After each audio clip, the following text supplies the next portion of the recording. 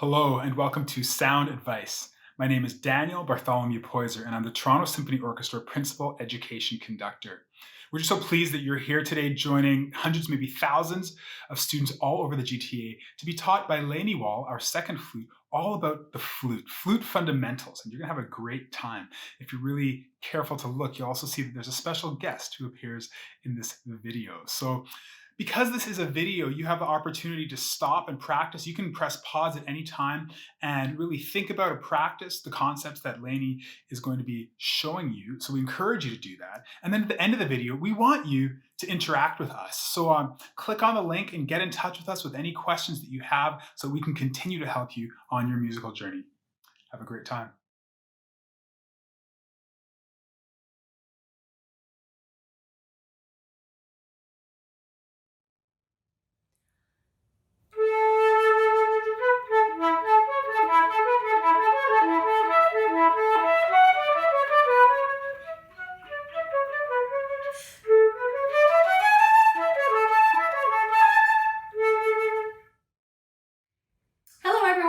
My name is Leonie Wall, and I'm so glad you're watching Sound Advice today. I have a few tips to share with you to get you started the correct way on your flute. But before we start, I want you to just think for a minute about what exactly makes the sound of the flute. Air, right? Just air. That's it. So I actually think the flute is one of the coolest instruments because there's nothing between you and the sound. There's no reed, there's no mouthpiece. You can't even see your instrument. You just blow out into space and music happens. Isn't that cool? Okay, let's get started.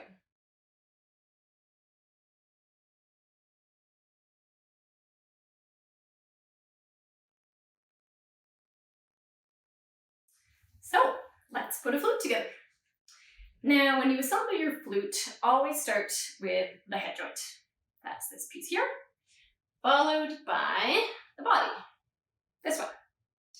Now, gently rotate the body of the flute onto the head joint. It's a good idea to always rotate the same way when you do this. Keep going around the same way. You'll also notice that I'm holding the flute by the joint between the head joint and the body. The keys are not the most solid piece of engineering, so never hold the flute by the keys. Never hold the flute by the keys. Okay, try to always grab the flute by the body and you'll never run into problems with your keys. Okay, oh, and the best way to figure out where to put the embouchure hole I find is actually to turn it like this, looking down the body of the flute. You can close one eye, and then the embouchure hole, that's this one here, should line up with the main line of keywork. This is my cat, Miss B, by the way. So, there we go. I think we're in line. Okay. And then, this is the foot joint of the flute, and same thing. You just rotate it carefully onto the body of the flute. Now, this is a little tricky because if you are not holding the keys, that means you have to hold the flute by the very end. And I remember I used to find this very awkward, but don't worry, you'll get used to it. So try to hold the flute by the very end, rotate it on, and then the rod here that holds the keys onto the foot joint should basically line up with, I hope you can see that, with the middle of the last key of the flute body. That's generally a good place to start. You might need to mess around a little bit with it to find something that's comfortable for your hand, but generally that's a good place to start. Speaking of comfortable, for those of you who are very observant, you may notice that yes, I do have some special key work on my flute here. These are actually called key extensions, and they're basically made for little hands. I have very small hands, and I found when I suddenly started to play for hours a day, they started to hurt. So if ever you should find yourself in that position, just know that this is an option that's out there. Most companies do make key extensions now to make the flute easier for small hands. Okay, I think we're ready to try making a sound.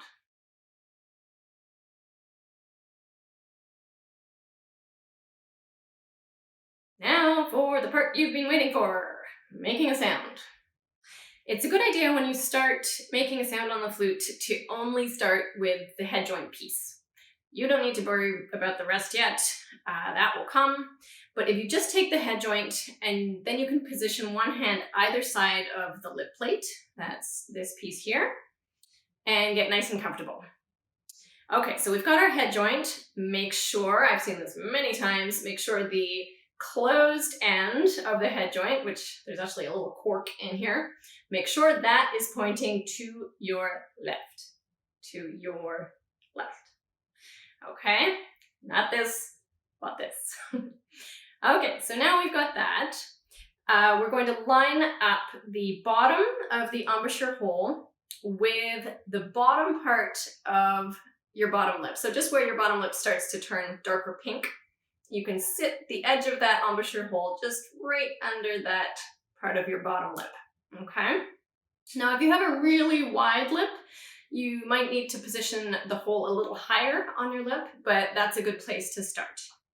Okay, so find that position just at the bottom of your bottom lip. You might need to use a mirror as well. And don't worry, if you need to pause these videos at any point, just hit that pause button. I won't be offended. So give yourself a little more time. Okay, so here we go. We've got it under our bottom lip there. And now you're going to blow straight across the hole. Not into the hole, not up into the sky, but straight across the hole. It's like you're blowing across a pop bottle, if you've ever done that before. And sometimes it can help if you actually put your finger in front of your face and you actually try to blow air at your finger. So let's give that a try.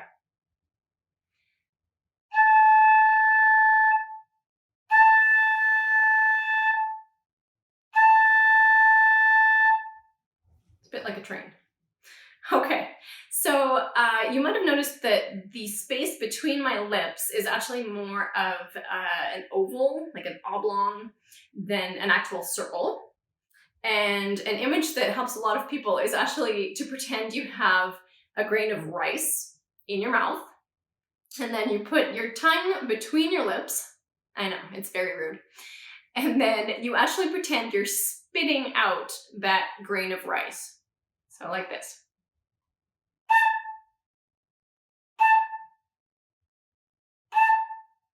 And that can sometimes help get you started with the right shape of your lips. So, don't worry if you hear more of a whistling sound at first. That means you're actually on the right track. You just have to do a little more wiggling around to find where you can get more of that core sound. And also don't worry if you can only hold it for a very short amount of time. I remember the first time I held a note for 4 beats. I was so excited. I think I ran around the house probably 16 times. Okay, so that should get you started trying to make a sound.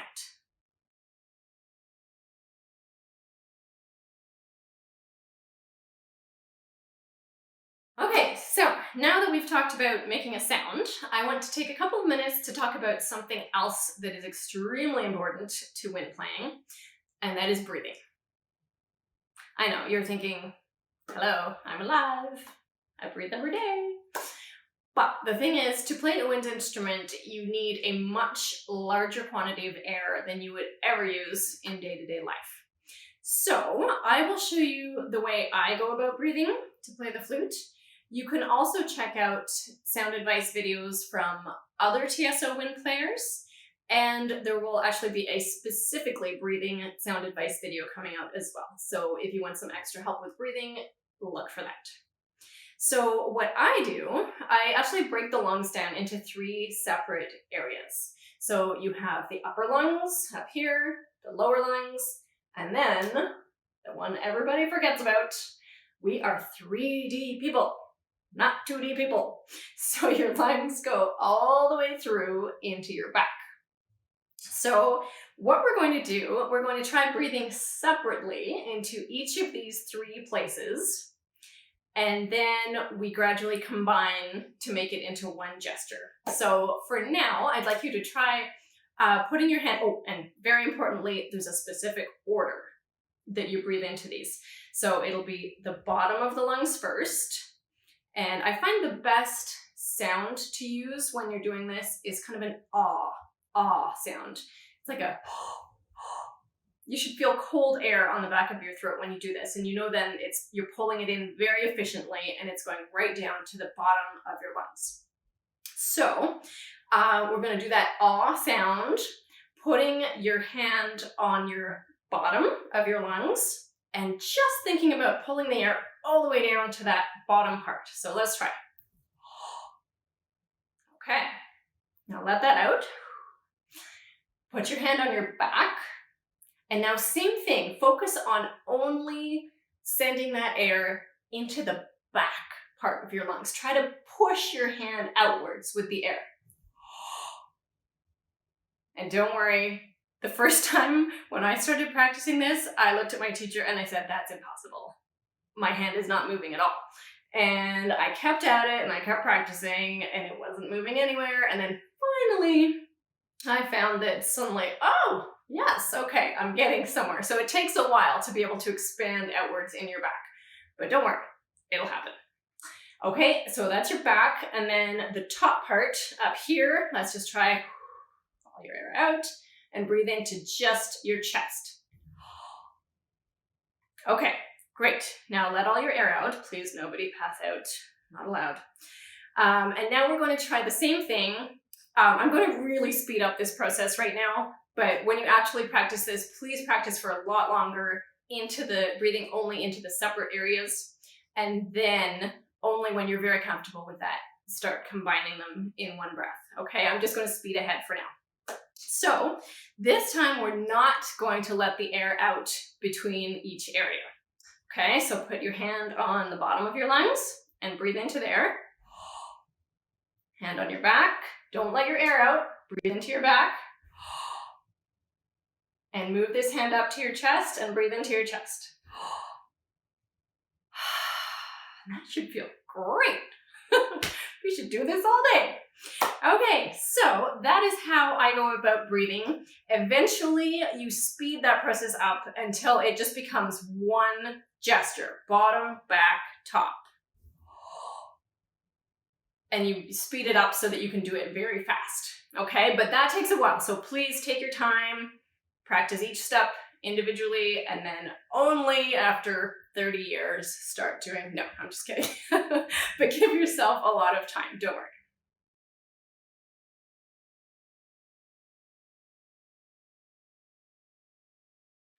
I've got my flute back together here, and we're now going to talk about posture.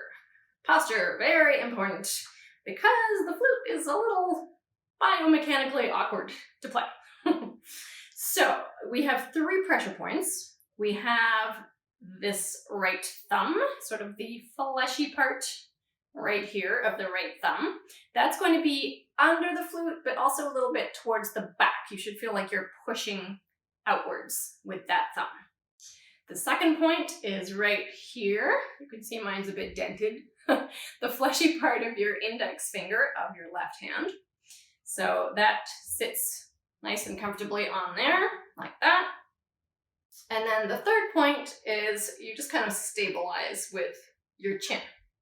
Okay, so those are the 3 pressure points that you hold the flute with. Please don't try to use your right pinky so much to hold the flute, because some notes actually do not use the pinky, and then you'll be in trouble. Okay, so as much as you can, try to stabilize with just those 3 points. It will be a bit awkward at first. Sometimes it's still awkward, but you'll get used to it, don't worry. Okay, so, also very importantly, try to keep your shoulders low when you're playing. I see a lot of this kind of scrunching up, And that will, first of all, make your sound very small, and second of all, your neck will start to complain. So good idea to just keep your shoulders nice and relaxed, nice and low, lots of space between your shoulder and your chin. Okay, your head will be slightly tilted to the left. And also make sure we are not birds, so we don't need to fly away. Okay, so try to keep your elbows down as well, nice and relaxed. All right, so let's play a note together.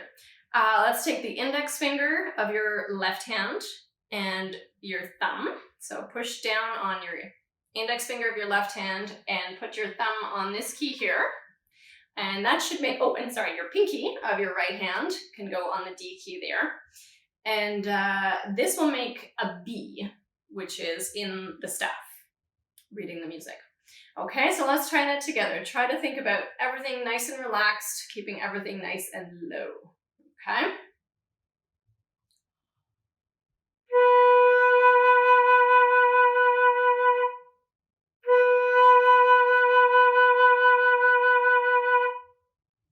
Okay, very nice.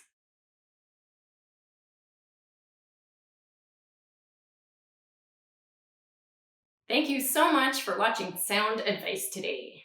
I hope you have a lot of fun with your flute. Have a great day from all of us at the TSO.